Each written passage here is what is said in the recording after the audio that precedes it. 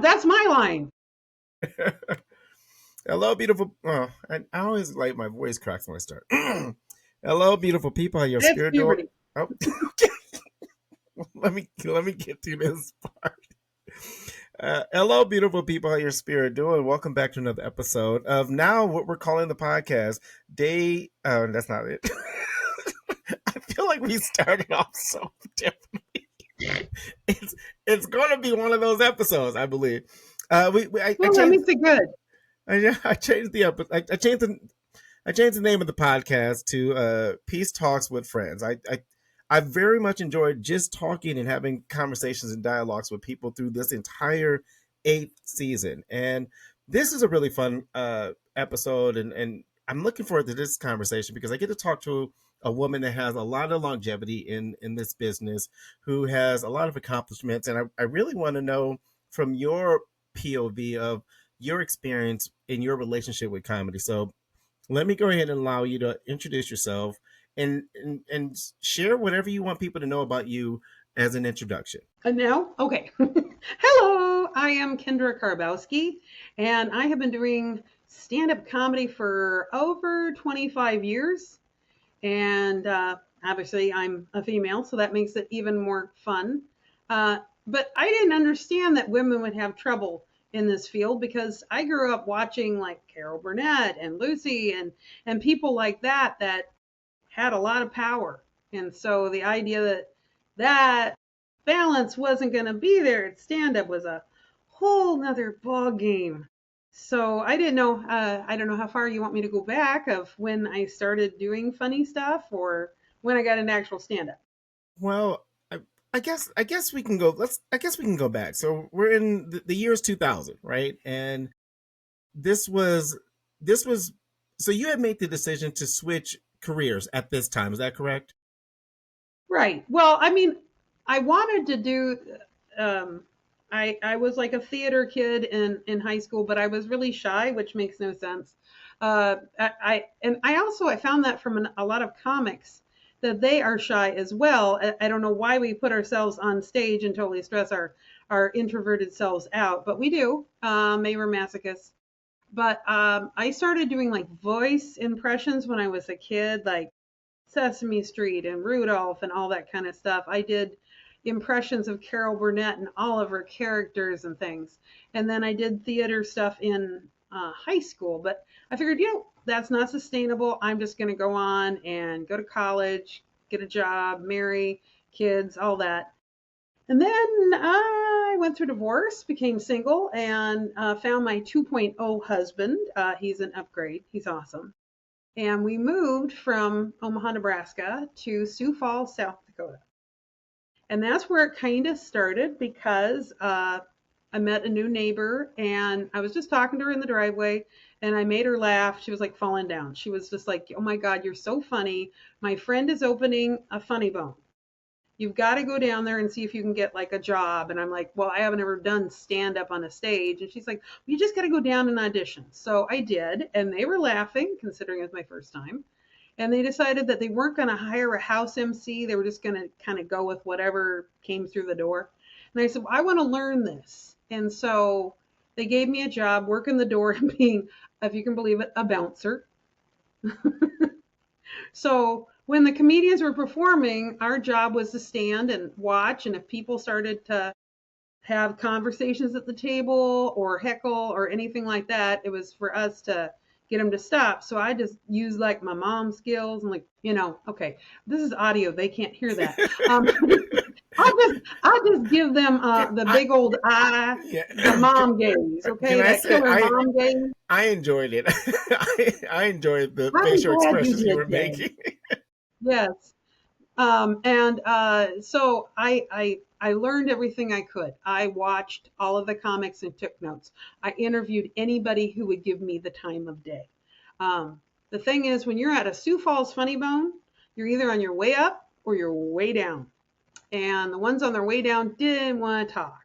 And so I would talk like to the features or the openers or anybody I could. And I met so many great people. I met BT. I don't know if you know who he is. He's awesome. Etta May is a great character actor. You need to Google him, Beat. TEA. He's a motocross bike ride, but he's just a very, I'd call him famous now, touring comedian. And Tammy Pescatelli, and Rocky Laporte was like one of my favorites.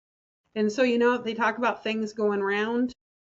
25 years later, this past January, I got to open for Rocky Laporte. Now, that seems like a long time, but it was like, oh my God, he's one of my comedy icons. Oh my God. So I was so excited to be able to open for him. And anyway, we were talking about my start, and that was really how I started doing it. The biggest thing I had to overcome was stage fright, which I had from my theater still days. And one other problem we had in Sioux Falls was they had a hard time sustaining a comedy club. Now, their scene has changed. It's gotten bigger, but back then the clubs would come and go. So I started doing corporate and private comedy. I didn't work a lot, but when I did, I got paid pretty good. And like I did a hospital one for the radiation department for Christmas, and so I did all sorts of research to do jokes about that. I did the South Dakota State Fair. I mean, that's when you know you've made it, when you're in between the smell of funnel cakes and cow patties. So that was like, oh my God, it was so flippin' hot. It was 104. I mean, look at me. I start to sparkle in the sun. Okay. They can't look. I am a very fair-skinned redhead, and so I don't do well in the sun. No, which makes me look like I'm 29 all the time. So then when I moved back to Omaha, my husband husband got a job transfer. And it was like, oh, starting all over, because I'd been gone for like 15 years.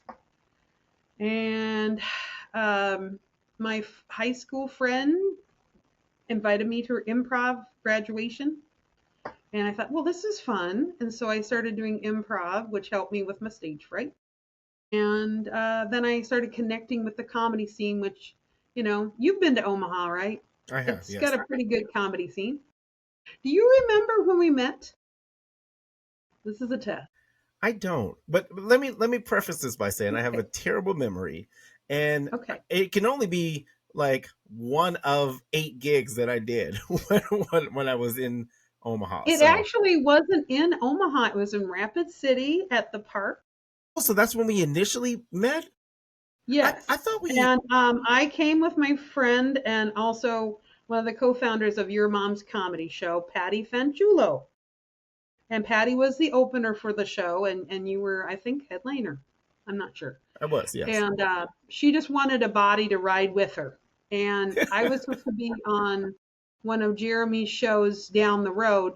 It was ironic. I was supposed to be on Jeremy's show like that November. It was November of 22, and I got COVID. And so I said, I'm sorry. My friend she's really good, and he loved Patty, and so he just made her like their permanent opener. Yeah, I think she still does shows for him. Anyway, so then that following February, she had a show, and she said, well, why don't you come so you can see how these shows are? And I went, and then I ended up doing a show with him later, but that was an experience we'll talk in private about. I want to know more now. I'm not going to that one. Interesting. So, back at the Sioux Falls Funny Bone, like I said, I always asked for advice. And this was, like I said, early 2000s. And the main thing I heard from everybody over and over was, don't go blue, be clean if you want to get on TV. These days, that doesn't matter, but that was just kind of what they said. It also means you're going to get more corporate gigs if you can do clean. I mean, you probably have done this because from what I remember of your set, it wasn't too colorful. So that was just kind of a thing I stuck with, and I did make notes, and I'm trying to cheat. What was your other question? I have attention deficit. No, you're doing good. There's a couple of things I want to actually sure. Digest. Yeah, there's a couple of things that you mentioned that I want to kind of jump into. Let's go back to You mentioned so you co-founded Your Mom's Comedy, and that's with Patricia and And it's Your Annalise. Mom's Comedy Show. I have to emphasize that because if you just go to Your YER Mom's Comedy, you're going to get a website with very graphic sexual positions. It has nothing to do with moms. I'm So going we to had go to ahead add the and word show. I'm gonna write that down. And that's been going on since 2017. Like, what was the discussion? Like, why did you feel like, okay, I want to form this, and how did you kind of have those conversations with the other two moms where you were like, I think we would do really well if we sort of team up. Yeah. Well, I was at a comedy battle and I had never done that before. It wasn't a roast battle because you weren't being mean to each other.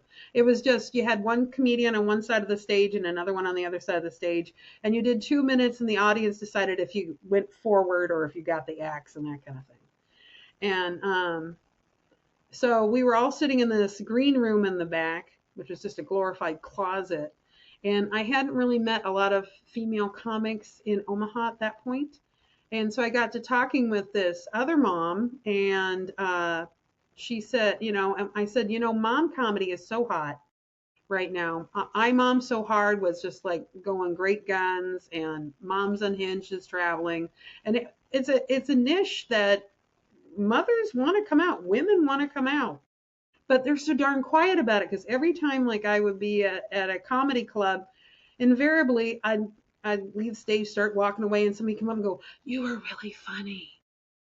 Next time, could you say it louder? Maybe clap." And so when I started comedy, it always seemed like the standard setup was four guys and a female. They tried to represent everybody. And the female, most of the time, if they had their choice, was younger.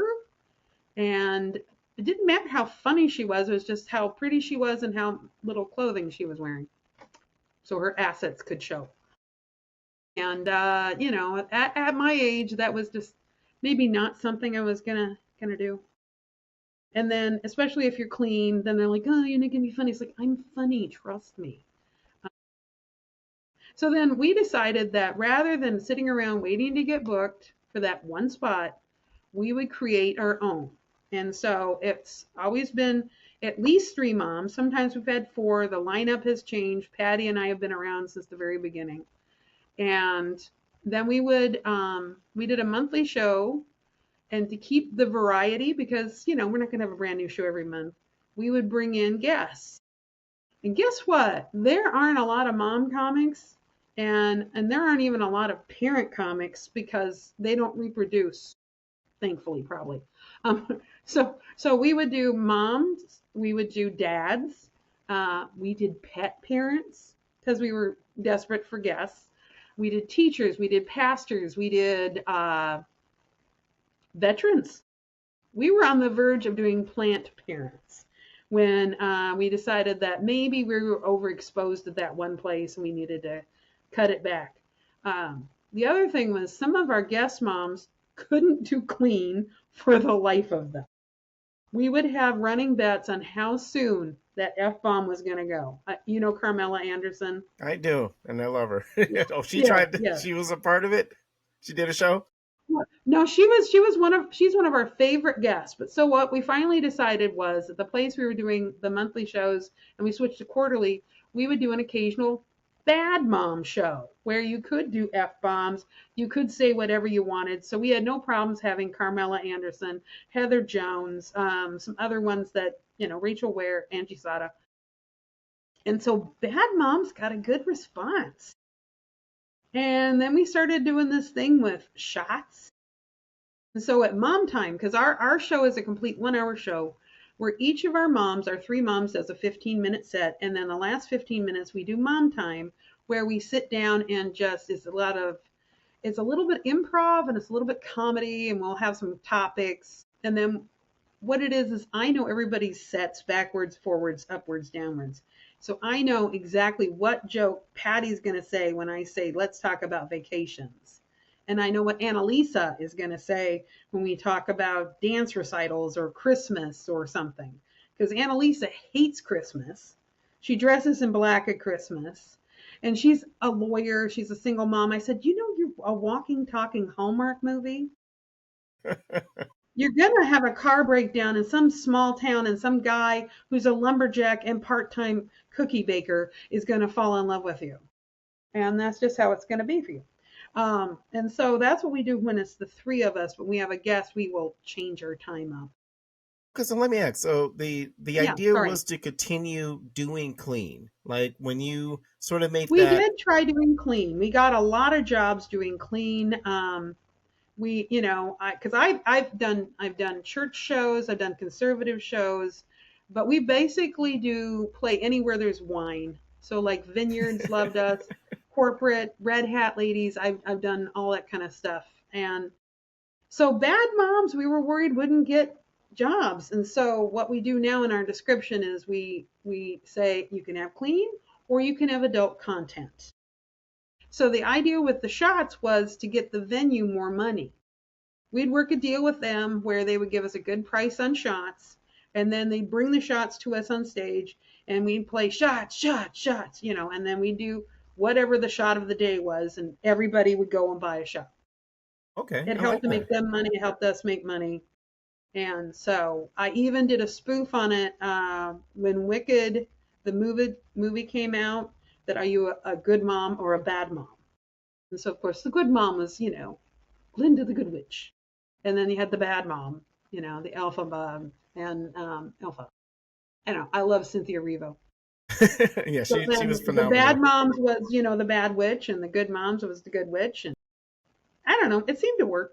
So you as an individual comedian for almost 25 years, I have two questions that I want to try to squeeze in because I want to make sure I get to a couple of other things. Right. For you individually, what do you prefer when you are performing? Do you lean into doing clean? Like, is that kind of faith based, or you just prefer Yeah. doing cleaner material, or do you like the opportunities when when you can to drop the f bomb or go a little dirty? Okay. Well, it's a combination of things. There may be some, I could get some heat for it or whatever it is. I was told not only do you get more jobs, but it requires more thought process not to use bad language. I'm still going to talk adult content. I'm just not using the official word, or, I'm saying my, woohoo or whatever, or my tatas, or, Okay. and, it's there. It's there. I mean, I talk about like sex and things like that, and then people look at you and you're like, hey, I'm old, not dead, or I'm Christian, not dead. I still Oh, do this kind of stuff. that's that's good to know. It's And with I cuss like a sailor in real life, and it's a habit not to do it. Even when we do the bad moms, I mean, I've got some that are really bad, but they just don't seem right coming out of this face. So like I've written jokes to give. I was like, Heather Jones, you have to do this. I can't. Um, and I have one. And is this supposed to be clean or dirty? this is whatever you want it to be. In fact, I Okay. was going to follow your lead. So if you swear, I swear. If you don't, then Well, I I don't. mean, And I can it's obviously not edit it out. like the first time I did one. It was like I kept waiting to get in trouble. Kind of like the first time you cuss in front of your parents or something. Like, is your grandma gonna haul off and hit you? Um, I mean, my mom did dirty jokes for me, so way back when. But the first one I ever did that was more adult content was, I'm worried about getting older, and I saw that you can now, for $200, they have a foreskin facial. And, I've spent way too many years trying to keep dick off this face. I'm not going to put it on there now. Got But it. anyway, All right, so let's and that's as dirty as I really, really got. ever get. All right, so Because you don't so want your grandma out there doing really filthy stuff. Although Carmela and I are about a month apart in age. Well, for 1 month we're the same age, and then we go back to being a year apart. But I just never really got into that kind of stuff, and I don't do political because it doesn't age well. And you never know. We're in a red state. Who knows what's going to happen? I just stay away from it. And yeah. what I want to ask about is that 25 years. How has comedy changed in your experience? Because one of the things I think is pretty interesting is, I too, or one of the things that I can relate to is doing comedy in one state and then moving and starting all over in a new state, and the difficulties that come along with that. When you've been doing it for almost 3 decades, like, how different or how much has comedy evolved? Like, what are some great things that you have enjoyed about where comedy is going, and what are some things that, oh man, I wish we would have gotten, or I wish we can get back to this? Well, what's really cool is there are so many more comedians, a greater variety of comedians, a lot more female comedians. There's so many more venues and outlets, especially with the internet, Zoom, all that kind of thing. I love doing this because it feels like you're just right there with a person. I've done a lot of Zoom shows, especially, I mean, we did them all during 2020, but I just did one. I don't know if you know Aaron Duspivia. He does Oddly Funny, AWDLY. They do like Joker's Ace, they do Bombing Run. I do their Halloween one every year. And so I've been everything from Julia Child to Winifred Sanderson. And the one that I just did a while ago was I'm the Flash, the Hot Flash. Oh, and yeah, I have, like I said, engineer husband comes in handy. He made lightning bolts to put in my hair, and I had a T-shirt and some earrings. That was the extent of my thing. This year, for our Halloween show, and I know this is past Halloween, we will be super moms, and I'll be Hot Flash again. And Patty's going to be Wonder Woman. She has been on a journey of weight loss. She's lost like half a person. And so you go, girl. You just wear that Wonder Woman costume. You do it. Annalisa is going to be a cat woman because she hates cats. So that goes with her mentality. And then I'm just going to be Flash. So, Got it. because they couldn't make them do Hocus Pocus a third time. They're like, no. Anyway, did that answer it? No. What else I No. like? I like that there's a It variety didn't. of shows. Yeah. But I mean, there's a variety of shows for whatever you're into. Okay. So if you are in a special niche, they've got mom shows, they've got LGBTQ, they've got chocolate sundaes, they've got all these kind of diverse shows that if you want to do comedy, there's a show for you. I like that. So I'm not crazy about open mics, but we need to find, we always need backup moms because both of the other moms are very busy. Annalisa has small children, and they're starting to get into activities. Patty has teenagers that are in select teams, so she's traveling with the team all the time. And so then I have to scramble to find somebody else to fill in or whatever. And life happens. And I manage it not because I'm great at business. It's because I have more time. And couple of things, just highlights of the career. Um, that sometimes it's right place, right time. In 2017, one of my was a great time because I went to Los Angeles. Some guy I didn't even know. We had only met through the Zombie Research Society, so that tells you, niche. Okay, I'm into zombie walks and Halloween. Uh, he had 2 tickets to go to the Walking Dead premiere for the 8th season for their 100th episode. And they did a special thing at the Greek Theater. 6,000 screaming Walking Dead fans all there to watch this with the whole cast. It was so cool. So that's why I was in Los Angeles. That was on a Sunday night. So prior to going, I had a lot of friends that had experience at the Comedy Store. A couple that worked the door, one that worked was the music guy, and just people that were experienced.